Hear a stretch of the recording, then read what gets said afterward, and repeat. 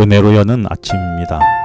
말씀으로 삶의 기준을 세우는 하루 되기를 소망하며 기도하시겠습니다. 하나님 아버지, 이 시간 말씀하시는 주님의 음성이 똑똑히 제 귀에 들리게 하여 주시고 말씀하신 음성을 잊지 않게 하여 주시옵소서. 예수님의 이름으로 기도합니다. 오늘 말씀은 출애굽기 16장 1절로 20절까지 말씀입니다. 오늘 말씀은 애굽에서 먹던 고기와 점점 떨어져가는 양식을 보고 미리 걱정하는 하나님의 백성에게 하나님은 고기와 먹을 것을 공급해 주시는 이야기가 되겠습니다. 오늘 이야기는 오늘 사는 내게 하나님이 어떤 말씀을 하고 싶으신지 묵상하며 살펴보시겠습니다. 이제 이스라엘 백성이 출애굽한 지 한 달여 시간이 지나 신광야에 이르러 장막을 치면서 본격적인 출애굽의 여정이 시작되게 됩니다. 그런데 그동안 보이지 않던 문제가 보이기 시작하게 된 것이죠. 가져온 양식도 떨어져 가고 함께 온 양떼를 먹일 풀도 광야에 들어서니 보이지 않는 것입니다. 한마디로 앞으로 먹고 살 일이 걱정된 것입니다. 그래서 그들은 다시 불평하기 시작하게 된 것이지요. 그런데 정확하게 말하면 그들은 아직 굶주리지 않았습니다. 오늘은 먹을 것이 있었으나 내일을 염려하고 있었던 것입니다. 하나님은 출애굽기 15장 26절에서 하나님의 말씀에 순종하고 계명에 귀 기울여 살면 하나님은 모든 문제를 해결해 주신다고도 말씀하셨지요. 하지만 2절에서 불안한 미래를 생각하며 원망한 것입니다. 그리고 3절에서는 노예였던 애굽에서의 먹고 사는 일에 걱정 없었던 시절을 그리워까지 하고 있는 것입니다. 오늘의 나의 염려는 무엇입니까?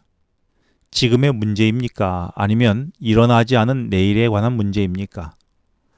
하나님의 말씀에 순종하고 계명과 규례에 충실하면 내일의 문제를 해결해 주시겠다는 말씀을 여러분 기억하고 계십니까?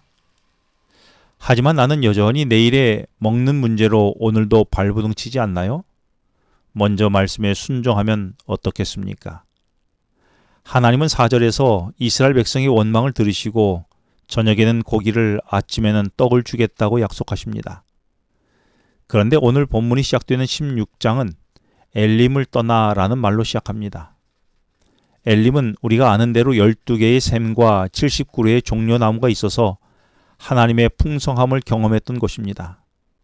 그런데 그들은 하나님의 은혜가 있던 엘림을 떠나자마자 다시 원망을 하게 됩니다.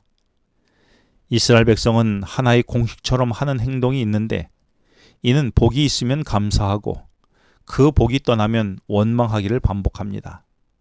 그런데 놀랍게도 이런 패턴이 있을 때마다 7절, 8절, 9절, 12절에서 반복되는 문구가 있습니다. 그것은 여호와께서 자기를 향하여 원망함을 들으셨습니다 라는 말씀입니다. 이 말은 하나님은 반복하여 하나님을 신뢰하지 못하고 원망하는 인간의 연약함을 아시고 인내하시며 그들을 향한 믿음을 다시 기다리신다는 뜻입니다. 마태복음 6장 33절에는 내일 일을 염려하지 않는 비결은 하나님을 신뢰하고 그의 나라와 의를 구하는 것이라고 말씀하십니다.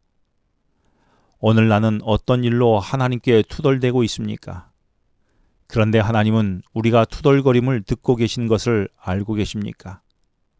그리고 문제 해결을 위해 하나님은 나서십니다. 그것은 우리가 다시 하나님을 신뢰하고 믿음이 회복되기를 원하시기 때문임을 알아야 할 것입니다. 이제 하나님은 백성들이 원한 대로 8절에서 저녁에 메추라기를 보내주심으로 그들이 원하던 고기를 먹게 하셨습니다. 그리고 아침에는 떡을 보내주심으로 배불리 먹게 해주십니다. 그런데 매일의 양식을 비같이 주시면서 하나님이 시험할 것이 있다고 말씀하시는데 4절에 보면 내가 너희를 위하여 하늘에서 양식을 비같이 내리리니 백성이 나가서 일용할 것을 날마다 거둘 것이라.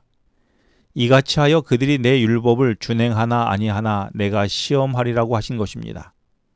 12절에서도 동일하게 말씀하셨습니다. 하나님은 놀라운 기적을 통해 내가 여호와 너희의 하나님인 것을 알기 원하시는 것입니다.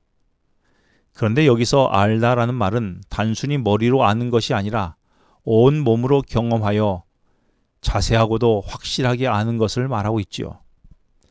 이스라엘 백성은 열 재앙으로 애굽이 망하는 장면을 보았고, 구름 기둥으로 시원한 그늘을 경험했고, 불 기둥으로 밤의 추위를 이겨냈으며, 홍해 사이의 마른 땅을 건너보았고, 쓴 물이 단물로 변한 현장도 경험했는데도 어떻게 이렇게 계속 불평을 늘어뜨렸을까요?